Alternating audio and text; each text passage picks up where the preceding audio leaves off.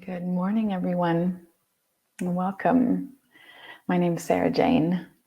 I want to thank Tony and Coach D and the team at Chickenfox Media for your vision and hard work in bringing this Global Grief Conference to fruition. I'm so honored to be part of the events this weekend.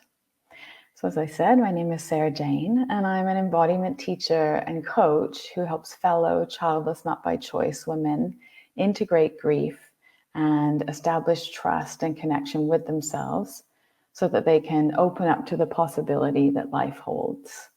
I offer monthly mindful movement and self-compassion practices, group coaching, as well as one-on-one coaching programs for women who are childless, not by choice. So I've been practicing yoga for about 18 years and teaching for about 11. I live on a small island off the west coast of Canada with my husband and our dog, Leo. In my journey to accepting my childless life, embodiment practices such as yoga, meditation, breathing exercises, and journaling, as well as finding other women who have experienced or are experiencing childlessness like myself. All of these things have been sort of my saving grace and my way to integrate the grief and move forwards with my life. So these tools that help me integrate grief and become grounded and trust myself again. And I feel like all of these are required for me to embrace the life that I'm living. And there's so many reasons why a woman might not be able to have a baby if she wanted one. And being childless not by choice is more common than you might think. So if you are watching this and you fall into that category, you have your own story about and your own path about how you became childless. And for those that are watching that are sort of unfamiliar, it is way more common that than you think that women wanted to have a baby and couldn't. And there are so many reasons why. And my story involves multiple miscarriages, unexplained infertility, and a chronic illness resulting in hysterectomy. And so these events happened over about the span of 8 years. And those years were filled with both hope and grief, so the constant hope of becoming pregnant and maintaining the pregnancy. And then the constant grief when that didn't happen, when the test results of all kinds came up showing nothing, there's nothing wrong, or lots of reasons. And so the grief of childlessness comes in many forms. And as those who are childless and watching will well know. So there can be the grief that comes with pregnancy loss. the grief that comes with not being able to conceive, the grief that comes with not having a chance to try and conceive, if that's your path, and grief that comes with loss of a life that you thought you would live, and the loss of what you thought your family might look like, maybe the loss of being able to give your parents grandchildren, and the loss of friendships as others become mothers, and also just a general sense of not belonging. So this isn't an exhaustive list, but these are some common examples of where childless women's grief comes from. And because it can be sort of ambiguous and invisible, not necessarily seen from the outside, our experiences can often be minimized because of it. And this adds to the grief as well, the sort of grief of not belonging, the grief of invisibility, or that your grief doesn't matter. So in all of that, a practice that has become the foundation of my journey to integrating all of these examples of grief and moving towards acceptance of my childless life is self-compassion. And I personally don't think that it's possible to move forwards with childlessness without self-compassion. So I'm honored to share a self-compassion practice with you here today. So first off, what is self-compassion? Dr. Kristin Neff is a world-renowned self-compassion researcher, author, and practitioner, and she describes it this way. I'll just read her definition. She says, self-compassion is a practice of goodwill, not good feelings. In other words, even though the friendly, supportive stance of self-compassion is aimed at the alleviation of suffering, we can't always control the way things are. If we use self-compassion practice to try to make our pain go away by suppressing it or fighting against it, things will likely just get worse. With self-compassion, we mindfully accept that the moment is painful and embrace ourselves with kindness and care in response, remembering that imperfection is part of the shared human experience. This allows us to hold ourselves in love and connection, giving ourselves the support and comfort needed to bear the pain, while providing the optimal conditions for growth and transformation. So as you can see, this is not about covering up the feelings with false positivity or I feel this, but I should be grateful for that. We have the capacity to hold seemingly opposing feelings at once. So self-compassion asks us to meet and accept the parts of ourselves that are in pain and direct self-care and kindness to those parts. So I hope that makes sense. So we'll just go ahead and start the practice here. So just where you are, without trying to change anything, just notice, how do you feel right now? How do you feel in your physical body? In your emotional body? What's your mood or state of mind? And see if you can just let those answers come to the surface without trying to second guess. Or maybe you notice if you feel kind of uncomfortable or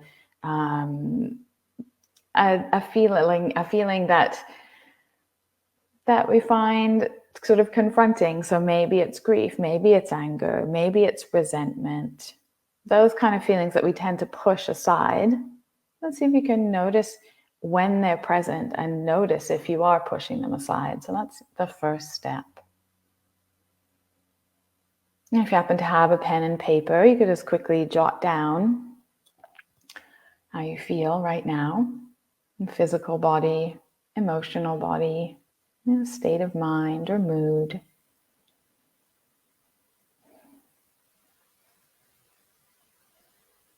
And then we'll do a recheck at the end to just acknowledge what may or may not have shifted.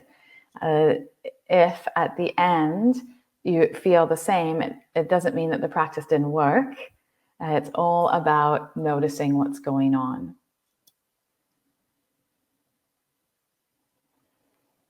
So we'll get into the physical body a little bit more, the practice that's called grounding in place.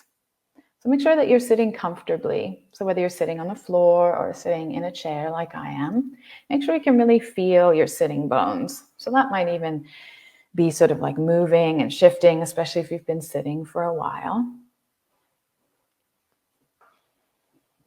And make sure that you can feel your feet on the ground, especially if you're sitting in a chair. If you're sitting on the floor, feel the parts of your body that are touching the ground. And then allow your breath to just go a little bit deeper, a little bit wider. You don't want to be forcing your breath. You just want it to be natural and flow easily.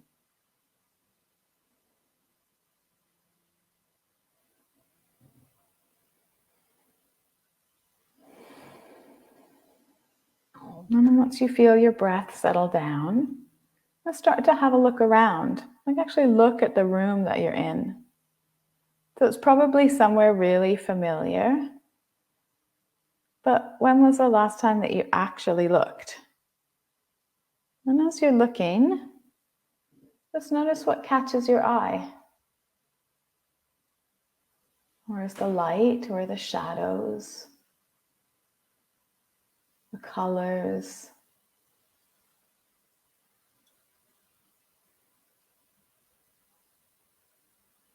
Really settling into this place that you are.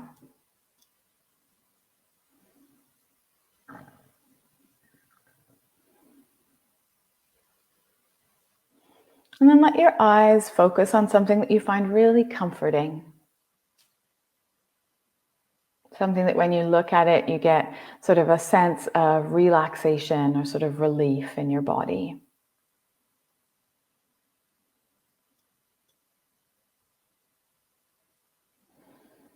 And let your gaze go soft. And sort of taking in that thing. And once again, connect with your seat, on the seat, maybe your feet on the ground. And notice, what do you hear? So apart from my voice, what else? What other sounds are in the room with you?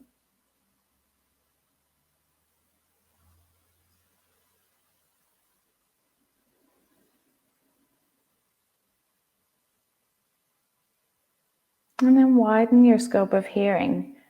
Maybe you can tune into sounds outside of where you are.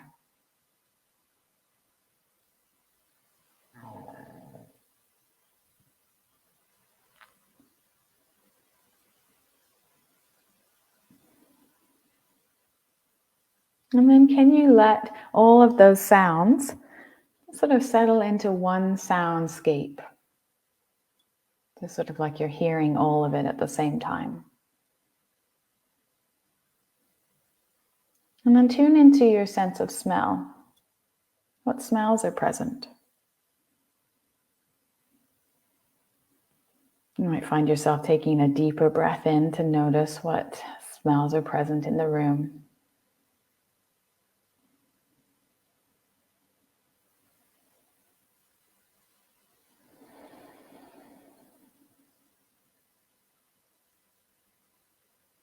And then what do you feel on your skin?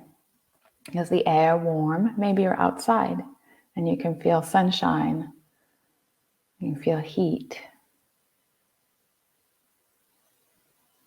Maybe you're cozied up and you have a favorite blanket or something that feels really nice.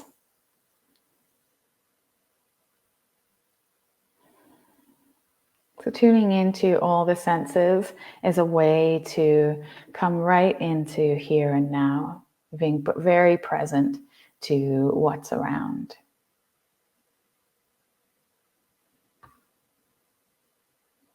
And let's acknowledge where you are. You're in maybe your house. I'm in my house, in the downstairs of my house. My house is on a road on Salt Spring Island.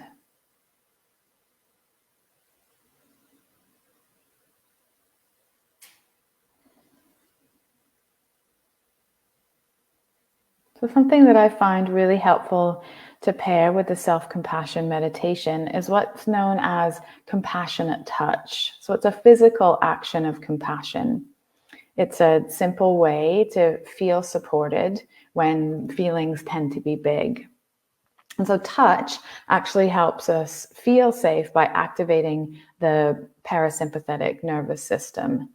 And your body will respond to caring touch and feel comforted by yourself doing it. So if you rubbed your arm or you rubbed your face, your body doesn't recognize that it's your hand. So if you might feel comforted from somebody else giving you that caring touch, and that nobody is available or around, then you can do that for yourself.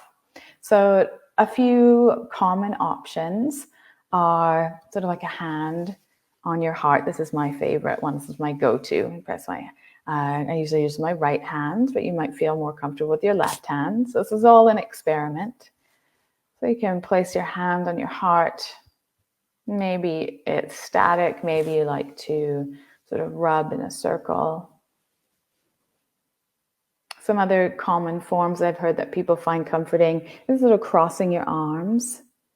And again, you could keep your arms static, or you might move your arms up and down. So you can test that out. You might have another version that you find comforting, so do that. And so with your hands in the position that you feel comforting, you settle into your position a little bit deeper and take 3 full breaths.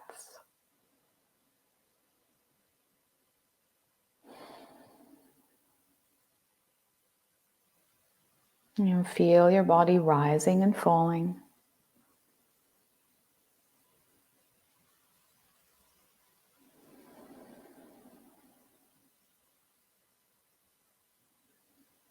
You could keep your eyes open or close them if that feels okay. And see if you can let your belly go soft. Relax your jaw and soften all the tiny muscles of your face.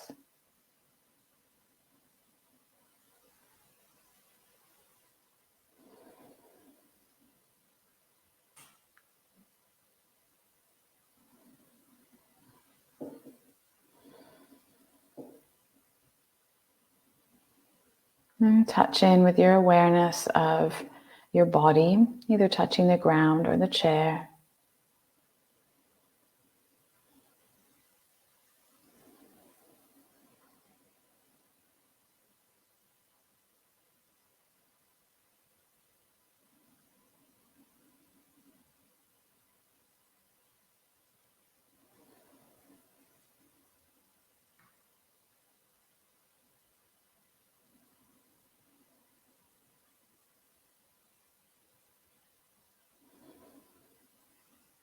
If at any point you start to feel too much, come back to the feeling of your body in strong contact with what is physically supporting you. If you're feeling too much and your eyes are closed, let them open and let them find something in the room that you feel comforted by looking at.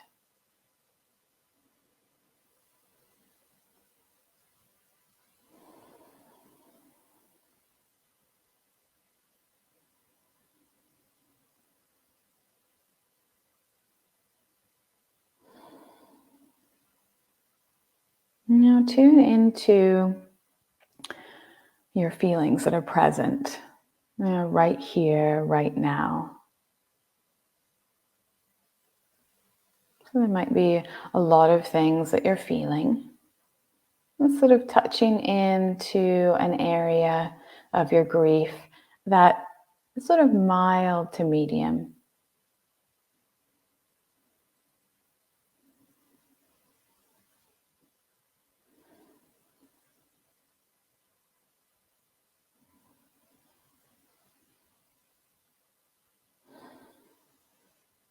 And you might feel discomfort in your body as you tune into your feelings.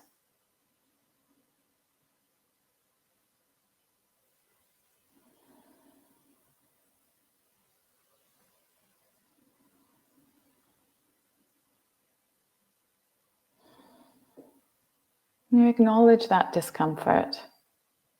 Acknowledge the pain of your grief. And try saying to yourself, well, this hurts. This is painful. This is sad. This is hard.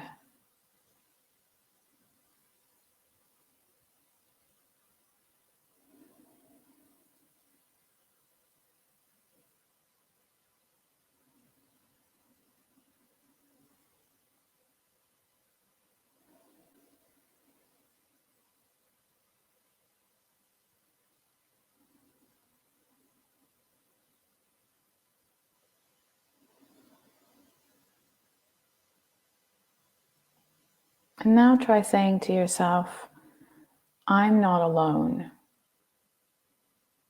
Everyone else here experiences this just like me.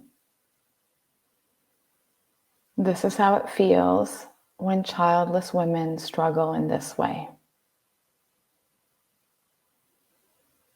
I am not alone. Everyone else here experiences this just like me.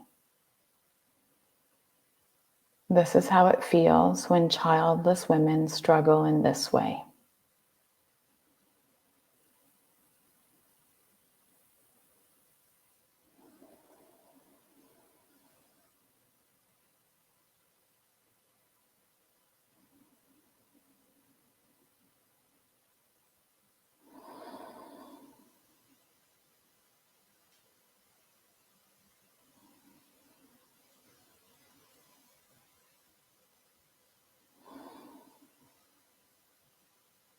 Now tune back into the sensations of compassionate touch.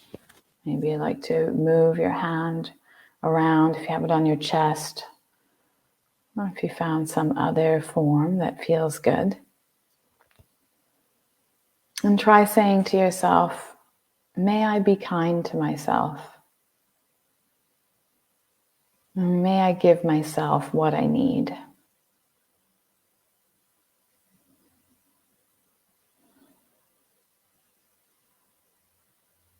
May I be kind to myself. May I give myself what I need.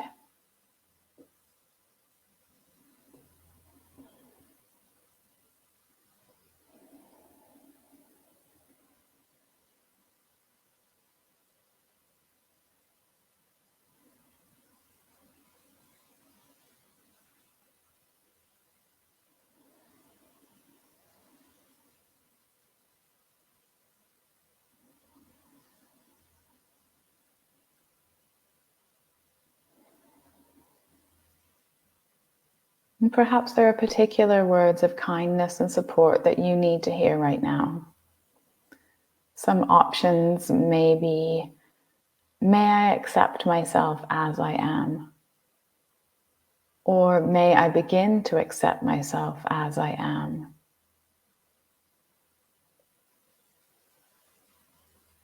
May I allow kindness to come in?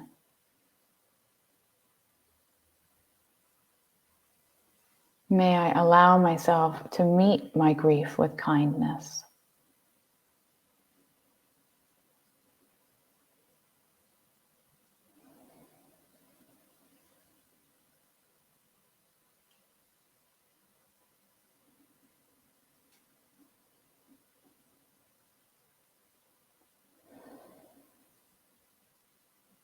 If you're having difficulty finding the right words, imagine that a dear friend or loved one is experiencing exactly what you are right now. And what would you say to that person? What words of kindness would come naturally to you?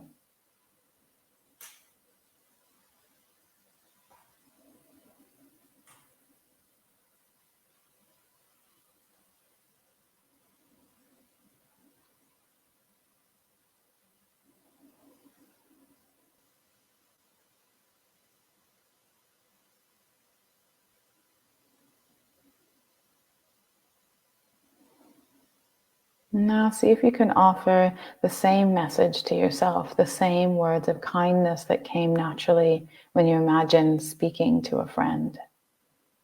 Offer that to yourself.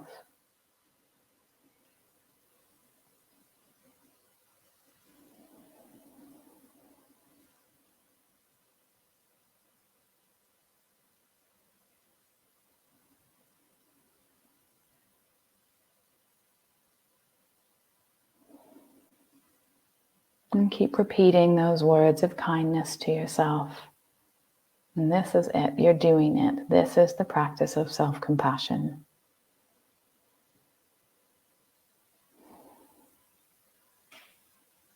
If you feel distracted or that you get off track and you notice another narrative running, you'll come back to imagining that dear friend or loved one. What would you say to them? And then repeat those words to yourself.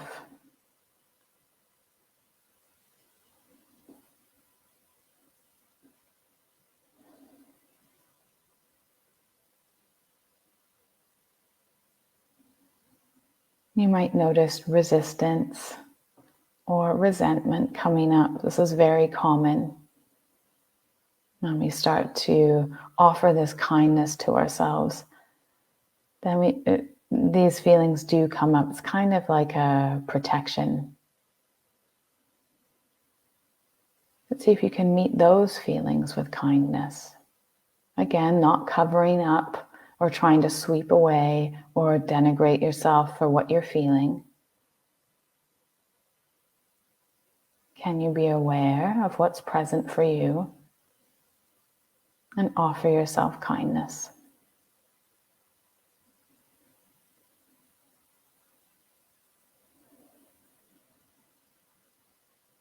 So I'll keep practicing for another few minutes.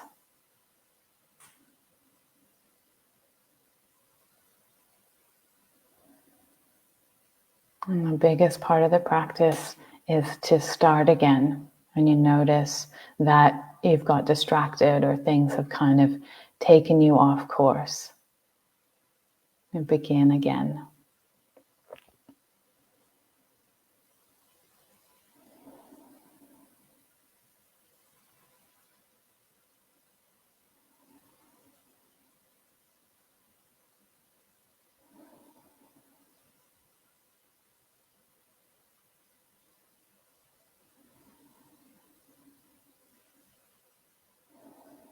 If you notice your breath has become short and shallow, and consciously make it a little bit deeper, a little bit wider.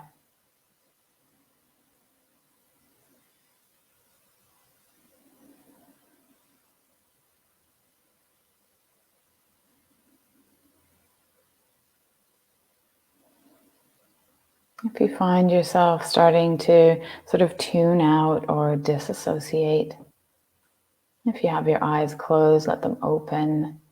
Just reorient yourself to the room. You can still keep going with your deep breaths and offering yourself kindness.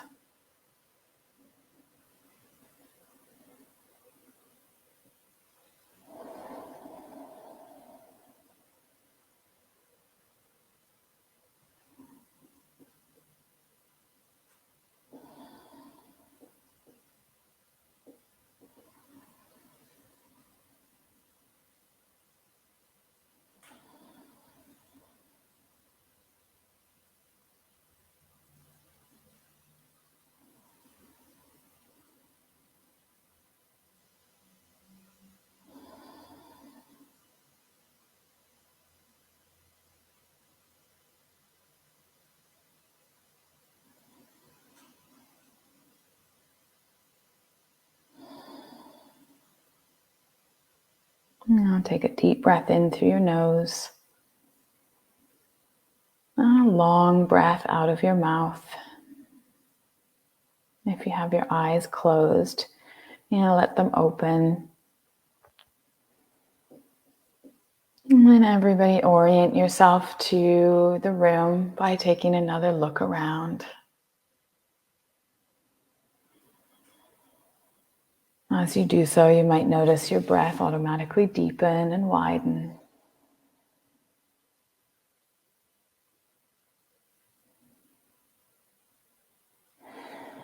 Let's do a little bit of movement. You can inhale, raise your arms up to a height that works with your shoulders. And exhale, let your arms come down. If that feels good, you might do it a few more times. So inhale, reach up or out. And exhale, let your arms come down. One more time.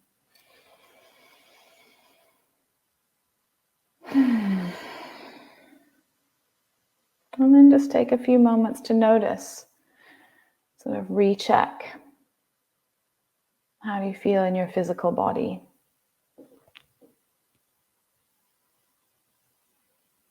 How about in your emotional body?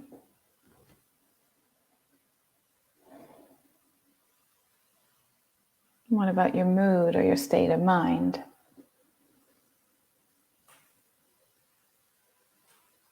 If you have a pen and paper, you might take a few moments to jot anything down that stood out to you that you wanted to remember.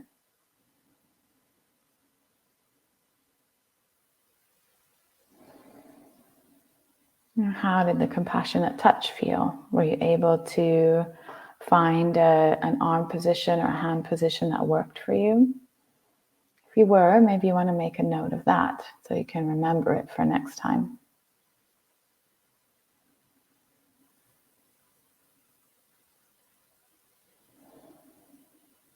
And if anybody feels so inclined to write anything in the chat, you're welcome to do so, but not necessary.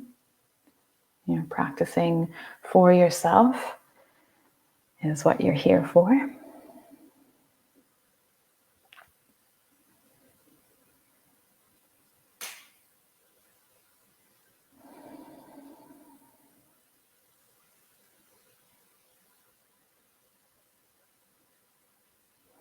And thank you so much for being here.